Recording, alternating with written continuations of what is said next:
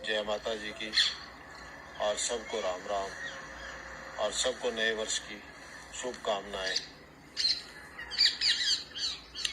आप सबसे हाथ जोड़ के विनती करता हूं कि ये जो नया वर्ष शुरू हुआ है, ये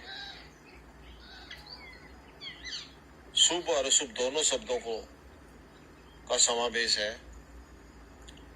इस वर्ष का राजा,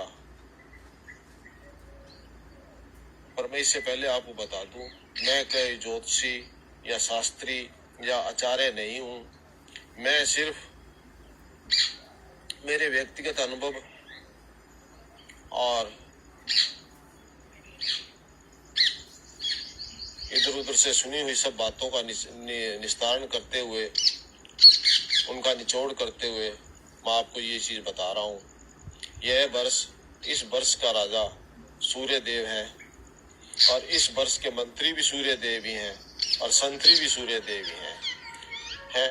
अर्थात मतलब कुल मिला के इस साल का समस्त शासन सूर्य देव के पास है। अब सूर्य देव की प्रवृत्ति आप जानते हो, अगर सूर्य नहीं हो तो इस सृष्टि ही नहीं होती। ये सूर्य के कारण ही सृष्टि है। जीव जंतु, पेड़ पौधे, पशु पक्षी, सब जो कुछ भी है ब्रह्मांड, और ये सब सूर्य की ही कारण है।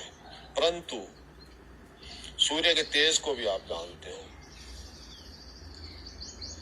मतलब इससे गर्म कोई भी चीज नहीं है। इसलिए यह वर्ष, इस वर्ष गर्मी बहुत, जरूरत से ज्यादा गर्मी पड़ेगी, गर्म दिन रहेंगे। और जब गर्मी पड़ती है तो हवाएं भी चलती हैं, हवाएं चलती हैं तो गर्म होने से रेत भी उठता है। इसलिए इस साल धूल भरी आंधियां, गर्म हवाएं और गर्मी अधिक रहेगी। और इस गर्मी के कारण पानी की भी शॉर्टेज रहेगी, पानी के भी परेशानियां खड़ी होंगी। पानी मिलना थोड़ा मुश्किल हो जाएगा, मिलेगा सही लेकिन थोड़ा मुश्किल हो जाएगा। इसलिए क्या है, ये सब चीजें होने के कारण खेती पे भी प्रभाव पड़ेगा। आने वाले इस वर्ष में, आज से इस वर्ष के अंदर आगे जो खेती होगी वो खेती भी ही कमजोर रहेगी, ये एक निश्चित है।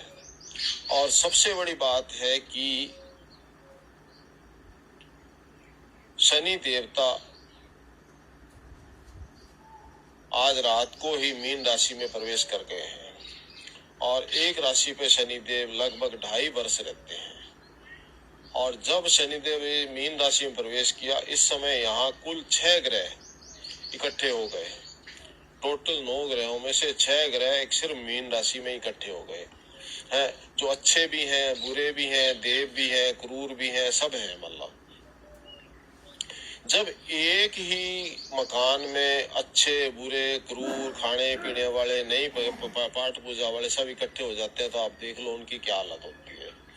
सेम वो ही कंडीशन इस समय इस संसार में होने वाली है। और इसके आने, और ऐसे जब लोग आते हैं तो उनके आने का पहले आहट शुरू हो जाती है। वो आप 2 दिन पहले ही म्यांमार और इंडोनेशिया में आए भूकंप से देख चुके हो।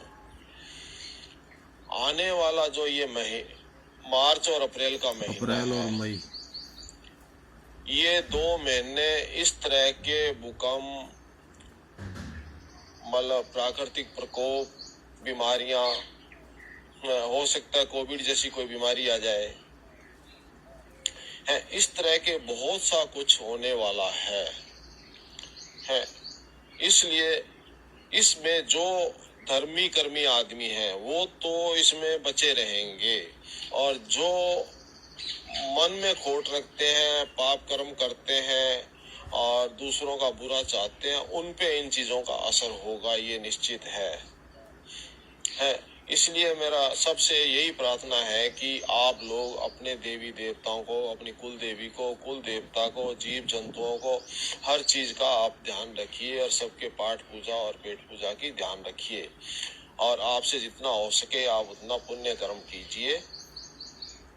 और बुरे कामों से बचिए, नशों से दूर रहिए आप, है।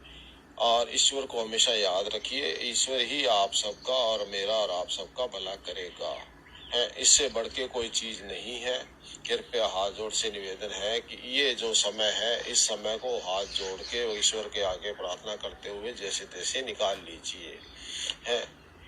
ये ऐसे संयोग जीवन में कभी कभी आते हैं, है। ये जो संयोग आया है, 6 ग्रह इकट्ठे होना, सूर्य ग्रहण लगना, है, ये 2000 वर्ष बाद आया है। 2000 वर्ष पहले क्या हुआ, अपने किसी को कोई ऐसा रिकॉर्ड नहीं है कि अपने को ये पता नहीं है कि कब क्या हुआ, है। इसलिए आप इस चीज का ध्यान रखिए।